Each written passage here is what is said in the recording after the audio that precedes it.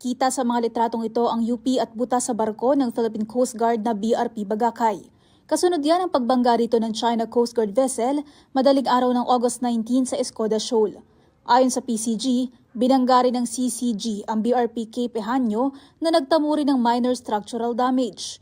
Kaya ang National Maritime Council pinag-aaralan ng susunod na hakbang ng pamahalaan. Our Department of Foreign Affairs will probably file a diplomatic protest or not verbal, and this is seriously being studied by the Department of Foreign Affairs. Plano rin daw ng Pilipinas na iakyat sa United Nations ang kaso. So that actually signifies the intent of the government to consider perhaps a filing of case. The Solicitor General is tasked to do these things.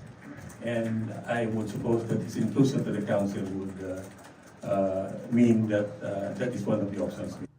Ayon pa kay PCG spokesperson Commodore J. Tariela, ito ang kauna-unahang insidente ng pag-atake ng China na naitala malapit sa Escoda o Sabina Shoal. Sa gitna nito, nanindigan naman ng NMC na nananatili ang posisyon ng bansa sa mapayapang pagresolba ng usapin ng agawan sa teritoryo. Posible raw kasing magdulot pa ng tensyon at komplikasyon kung higit dito ang gagawin. Maybe if you're referring to more kinetic actions, that would not be to the best interest of our country and of China and even in the region. So we're looking at this approach. We can never go wrong by using this diplomatic and peaceful approach. And we are compliant to the Code of Conduct that we have signed in 2002.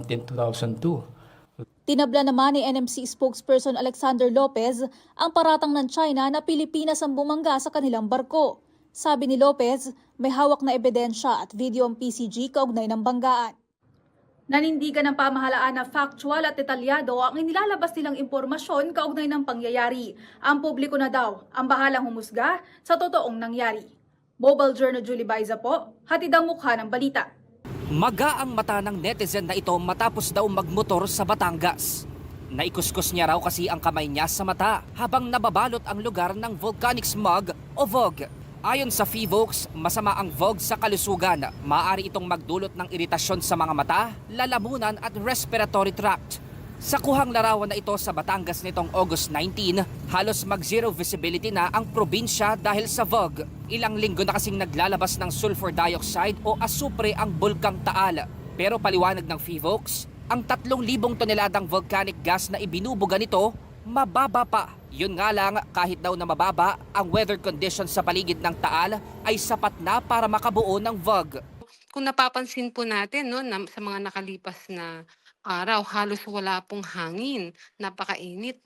Isa pa po ay kailangan maaraw at mataas po ang humidity. So kapag ito pong mga sangkap na ito ay nandyan, nagkakaroon po tayo ng VOG. Kahit mababa po ang konsentrasyon ng volcanic SO2 na binubugan ng Taal. Kasabay ng VOG sa Batangas, tila nabalot din ng makapal na usok ang Metro Manila. Pero paglilinaw ng FIVOX, ang smog sa Metro Manila ay walang kinalaman sa VOG mula sa bulkang Taal. Sa monitoring stations nga ng Environmental Management Bureau ng Department of Environment and Natural Resources, ang smog sa Metro Manila ay dahil sa mababang kalidad ng hangin.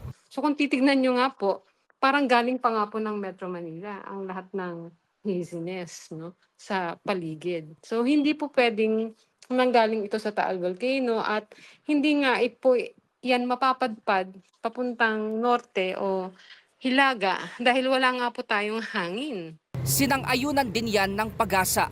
Ang hangin daw kasi sa paligid ng Taal ay kalmado kaya hindi makaalis doon ang volcanic smog. At kasabay nito ang presensya rin ng high pressure area. Pag high pressure kasi more on sinking air. Pag nagsisink yung hangin din po natin is mas nai-impede yung pagpunta sa atin ng VOG. Dagdag pa ng Pag-asa, maaring dahil din sa thermal inversion kaya natrap ang polusyon sa kalupaan. Ang polusyon, di raw nakakaangat dahil magkaiba ang surface temperature na mas malamig kumpara sa temperatura ng atmosphere na mas mainit. Nakatulong naman ang pag-ulang dulot ng localized thunderstorm sa paghupa ng smog sa Metro Manila. Nananatiling nasa alert level 1 ang Taal Volcano. Kaya paalala ng eksperto, kung hindi maganda ang kalidad ng hangin, VOG man yan o smog, mainam na magsuot ng mask. Mobile journalist Francis Orso po, Hatid ang mukha ng balita. Siya si Roque Tapales, isang PWD na bumabiyahe bilang badya driver. Ipinanganak kasing underdeveloped ang kamay, pinti at paa.